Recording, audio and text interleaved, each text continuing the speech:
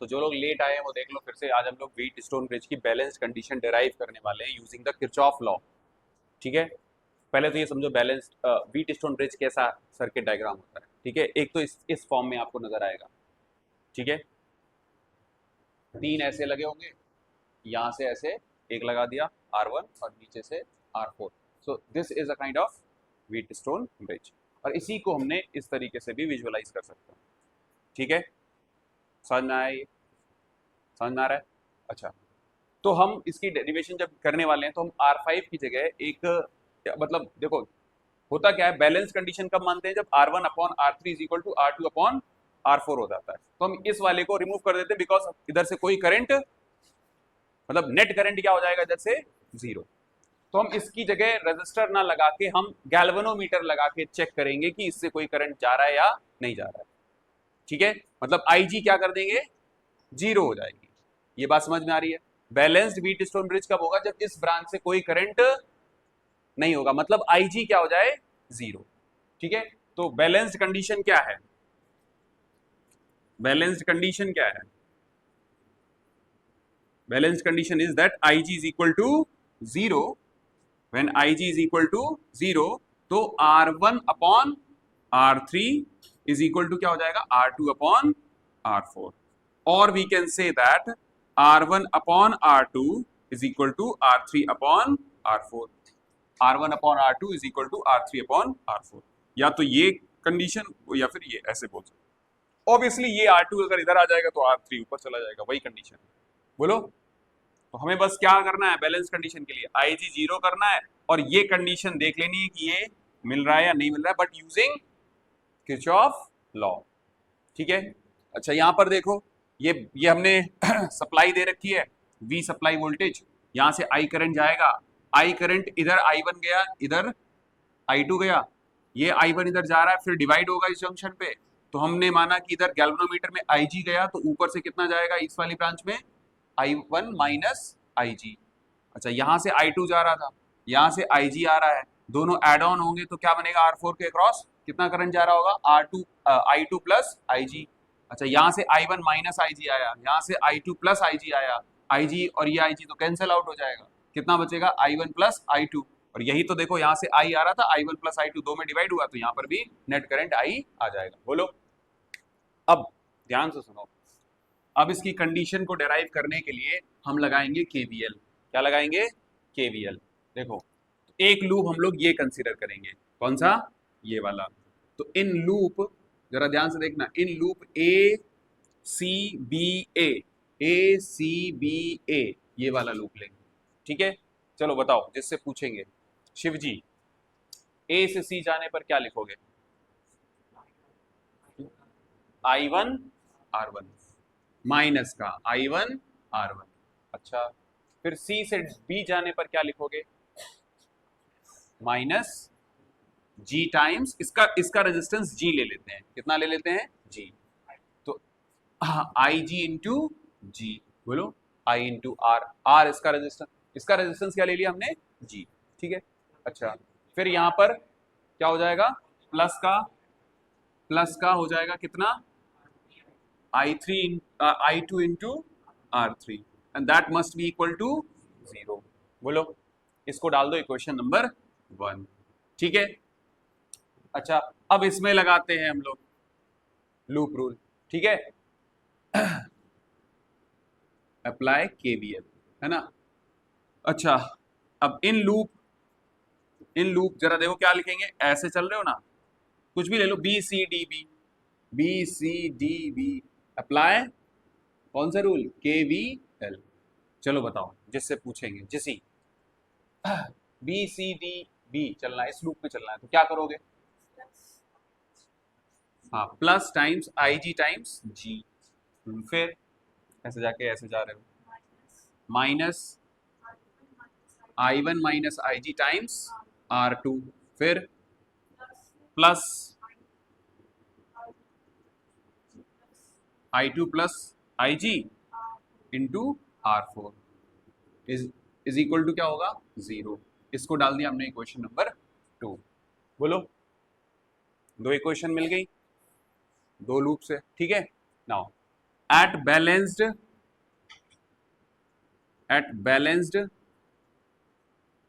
Condition. बताओ balanced condition पे क्या होता है? व्हीटस्टोन ब्रिज बैलेंस कब बोला जाएगा? जब इस वाली ब्रांच में करंट जीरो हो, मतलब Ig is equal to zero हो जाए। Now put Ig is equal to zero in equation number 1 and 2। दोनों जगह Ig को क्या रख दिया जाए? जीरो रख दिया जाए, जीरो। तो हमें बैलेंस कंडीशन निकलने की इक्वेशन मिल जाएगी। तो क्या करोगे, यहाँ Ig जीरो रखो तो क्या मिलेगा? Minus I1R1। ये तो जीरो होगा तो पूरा टर्म जीरो हो जाएगा। बोलो, Ig जीरो है ना। अब यहां क्या बचेगा? I2R3 is equal to zero. इसको डाल दो इक्वेशन नंबर 3। बोलो, अच्छा यहां पर डालते हैं Ig जीरो। ये Ig जीरो रखोगे पूरा टर्म जीरो, यहां पर Ig जीरो रखोगे तो हमें मिलेगा माइनस I1 इंटू R2। यहां पर Ig जीरो रखोगे तो क्या मिलेगा? प्लस का I2 into R4। This must be equal to zero, equation number 4। बोलो, Ig जीरो रखने पर ये वाली इक्वेशंस इस फॉर्म में आ जाएंगी। आ गई बात समझ में? अब क्या करते हैं, ये इधर भेज देते हैं तो क्या बनेगा?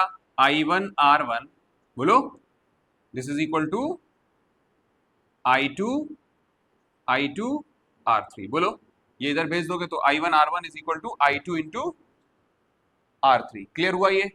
बोलो हाँ या ना।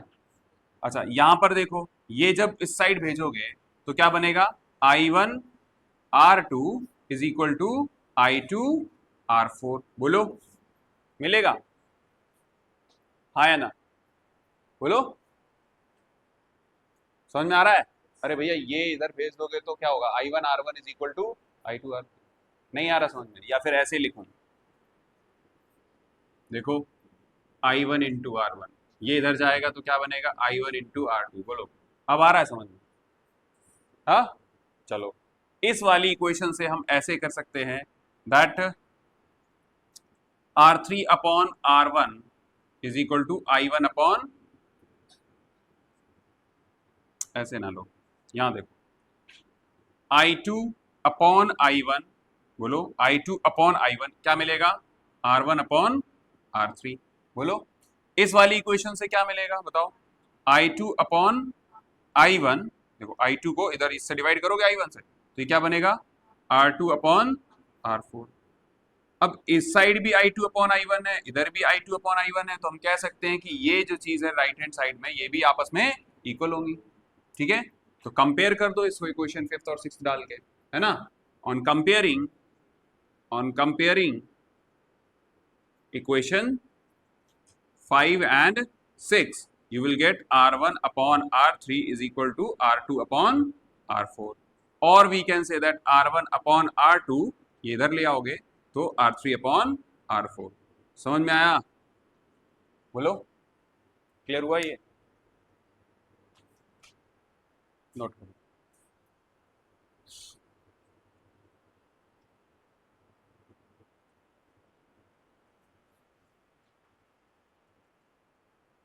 क्या हुआ, 4 लोग क्यों बैठ गए? एक लोग उधर बैठ जाओ, कंजेस्टेड होके बैठ रहे हो जब जगह खाली पड़ी हुई। अब सही है?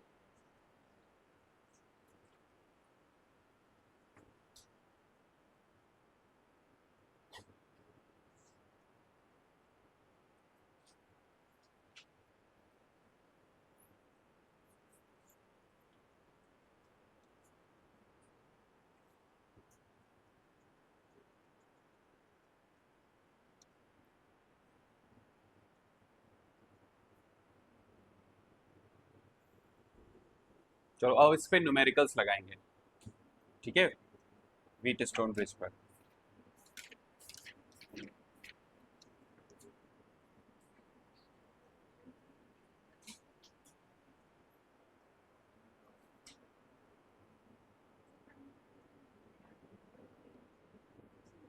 And remember this thing, this Wheatstone bridge, ठीक है, it was suggest this method. अभी बताएंगे व्हीटस्टोन ब्रिज एक्चुअली क्या है, ठीक है। It's an arrangement of 4 resistors.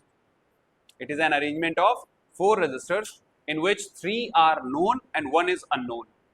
तो वो जो एक अननोन होगा वो हम उस कंडीशन को लगा के तुरंत निकाल सकते हैं। अगर मान लो ये चार चीजें पता हो, एक चीज आपको निकालनी हो, बोलो, तो तीन पता है तो एक आसानी से निकल आएगी, बोलो।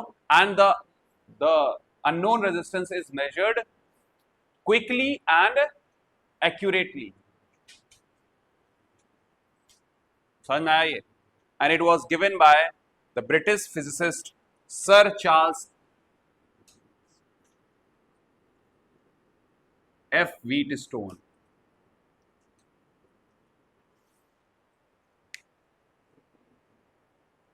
In 1843 कब दिया गया था ये? 1843 में।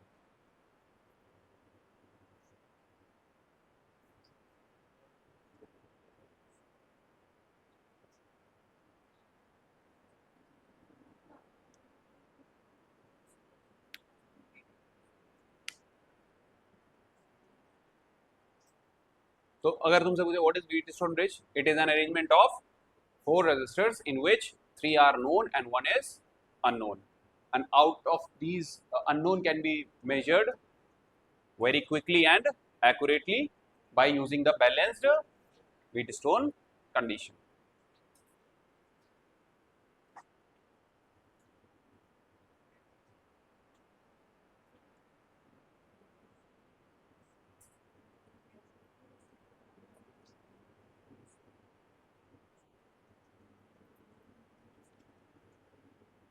चलो अगला टॉपिक डालो इसमें,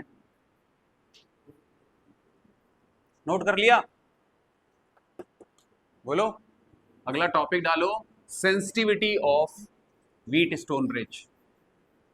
write down sensitivity of Wheatstone bridge.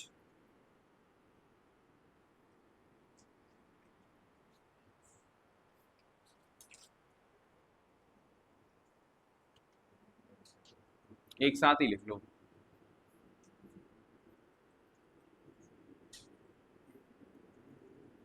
Sensitivity,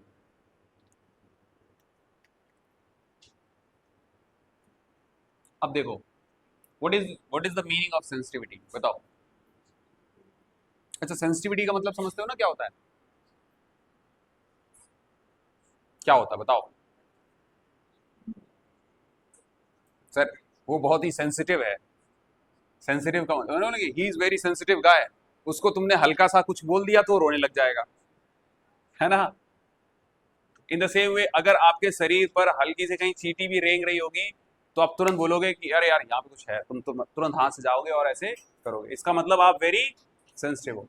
means that if there is any small change in the resistance R, हल्का सा भी अगर रेजिस्टेंस चेंज होगा, देखो ये रेजिस्टेंस आर्म है, बोलो,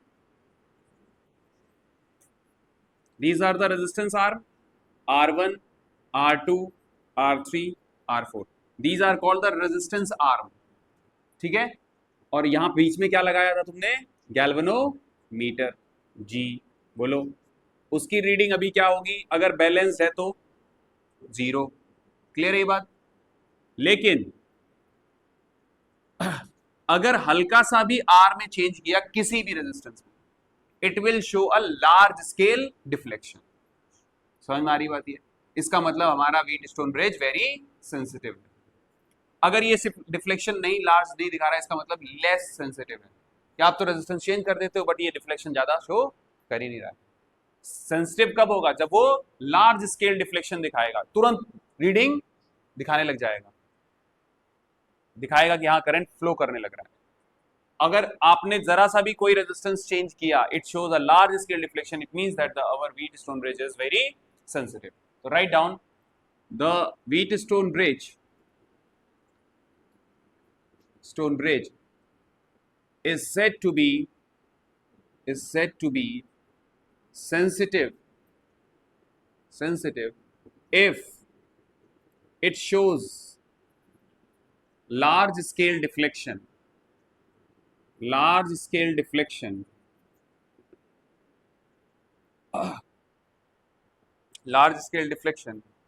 in galvanometer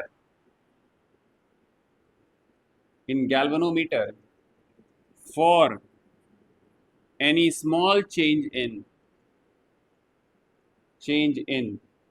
resistance for any small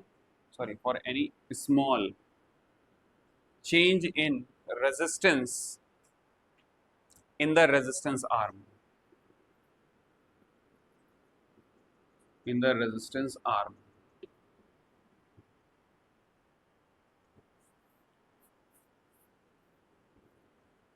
बोलो समझ में आ रहा है ये? हल्का सा भी अगर कोई रेजिस्टेंस चेंज करोगे इसमें लार्ज स्केल डिफ्लेक्शन दिखेगा, it means it is very sensitive. अब इसकी जो सेंसिटिविटी है, सेंसिटिविटी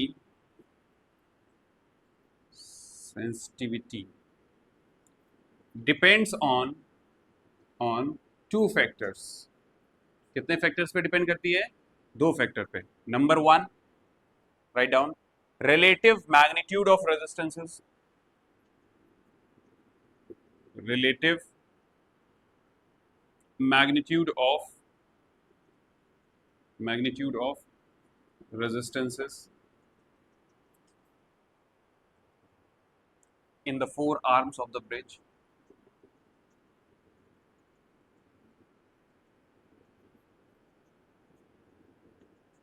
समझो इस बात को, ये चारों आर्म है, इनके मैग्नीट्यूड क्या है इस पे डिपेंड करता है, दैट इज रिलेटिव मैग्नीट्यूड का मतलब समझे, सभी जो रेजिस्टेंसेस होने चाहिए that they should be of same order.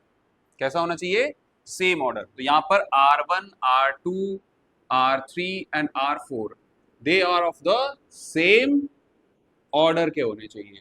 ऐसा नहीं है कि 1,00,000 में ले लिया, 1,000 में ले रहे हो। ठीक है, ये हो गया 500, 400, 300, 700 ऐसे। ठीक है, ऑर्डर ऑफ मैग्नीट्यूड कैसा होना चाहिए? ऑर्डर ऑफ मैग्नीट्यूड क्या होना चाहिए? सेम। ठीक है, the bridge is most sensitive when all the four resistances are of the same order, तो ज्यादा सेंसिटिव होगा। ठीक है, and the second thing is relative position of, right down, relative position of galvanometer and battery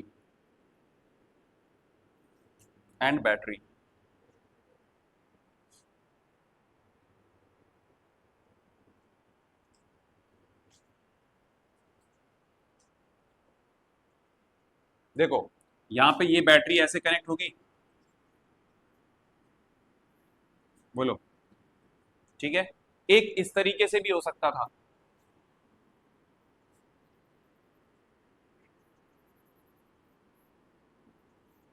हम battery यहां connect कर दें और गैल्वेनोमीटर यहां लगाएं, तब भी तो वही चीज है, बोलो। It is also Wheatstone bridge, but यहां पर क्या हुआ है, बैटरी की पोजीशन चेंज कर दी है आपने। ठीक है, गैल्वेनोमीटर बैटरी की जगह लगा दिया और गैल्वेनोमीटर की जगह बैटरी लगा दी। ठीक है, तो रिलेटिव पोजीशन पर भी डिपेंड करता है कि सेंसिटिव होगा या कम सेंसिटिव होगा या ज्यादा सेंसिटिव होगा।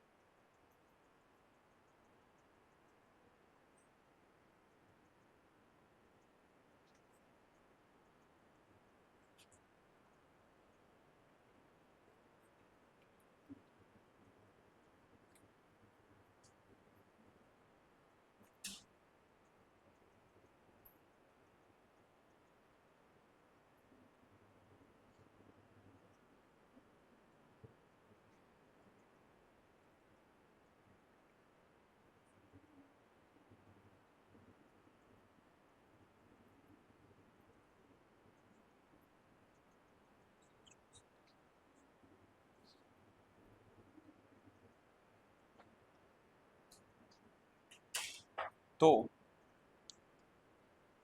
अब इसमें कंडीशन लिख लो, relative position of the battery.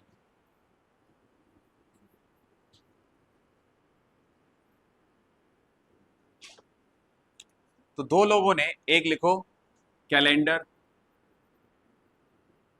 और एक थे मैक्सवेल, दोनों ने अलग अलग स्टेटमेंट दिया था। Right down, according to Callendar, according to him, the greater sensitivity of Wheatstone Bridge,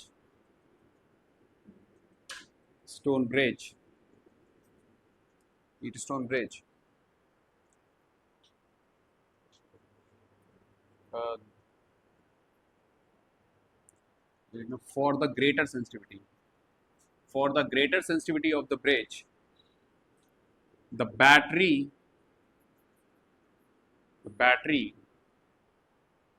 should be so connected, should be so connected,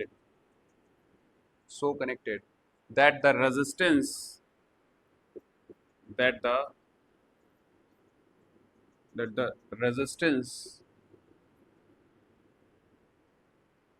resistance in series, the resistance in series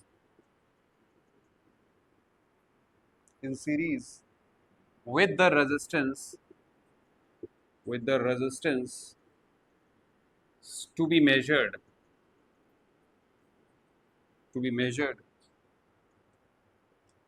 is greater than the resistance in the parallel with it. To be measured is greater than the resistance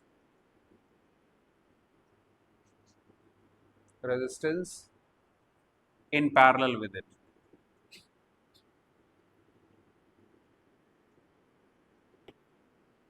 अब ध्यान से देखो,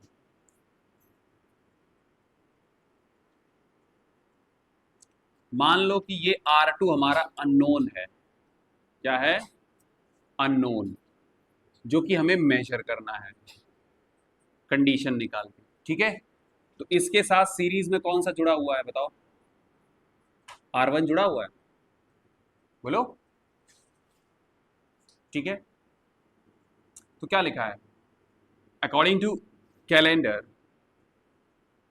for the greater sensitivity, अगर हमें Wheatstone bridge की sensitivity greater चाहिए तो ये जो बैटरी है ना, इस तरीके से कनेक्ट करो कि जो रेजिस्टेंस सीरीज में होगा अननोन के साथ। देखो क्या लिखा हुआ है, so connected that the resistance in series with the resistance to be measured. ये वाला जो रेजिस्टेंस है, ये इसके साथ अननोन के साथ जुड़ा हुआ, वो भी सीरीज में।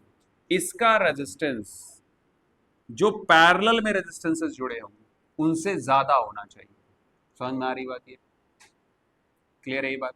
मतलब इन दोनों का जो सीरीज कॉम्बिनेशन है, इसका रेजिस्टेंस इससे ज्यादा होना चाहिए, तब बैटरी देखो इस तरीके से लगी।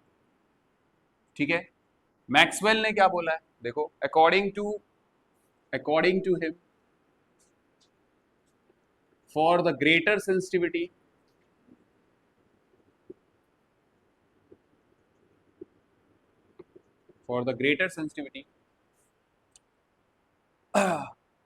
out of battery and galvanometer, देखो out of battery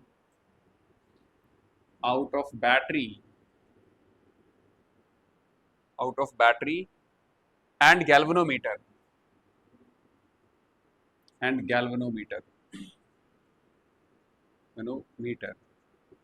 comma, the one having higher resistance should be connected between the one having higher resistance should be connected, should be connected between the junction of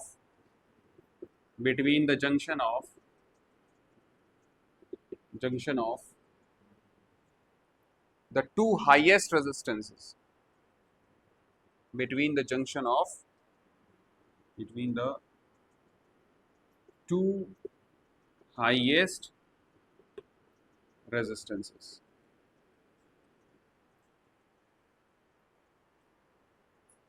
Between the junction of two highest resistances and the junction of the two lowest resistances.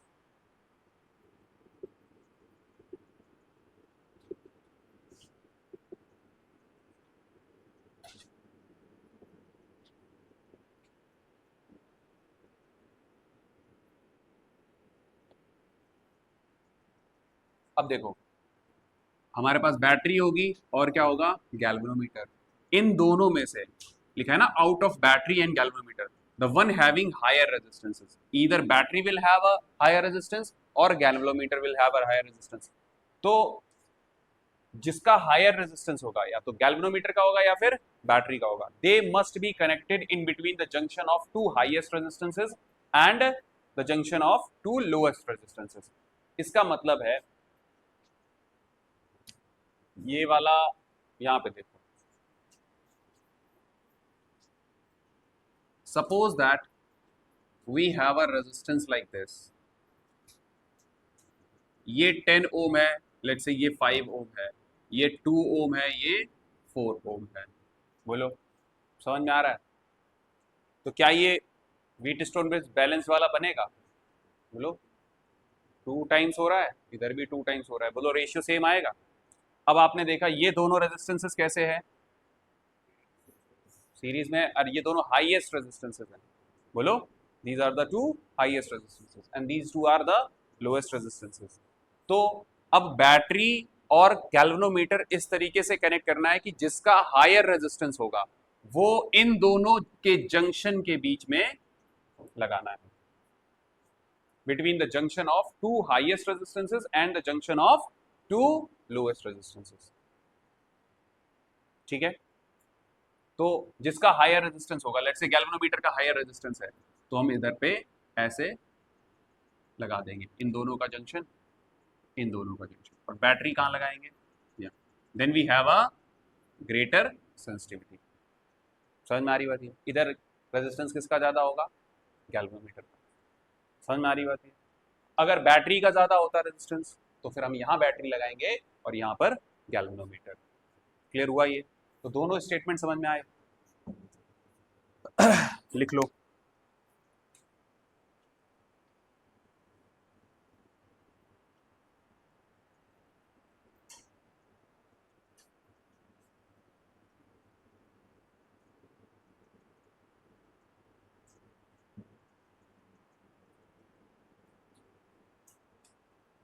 हो गया?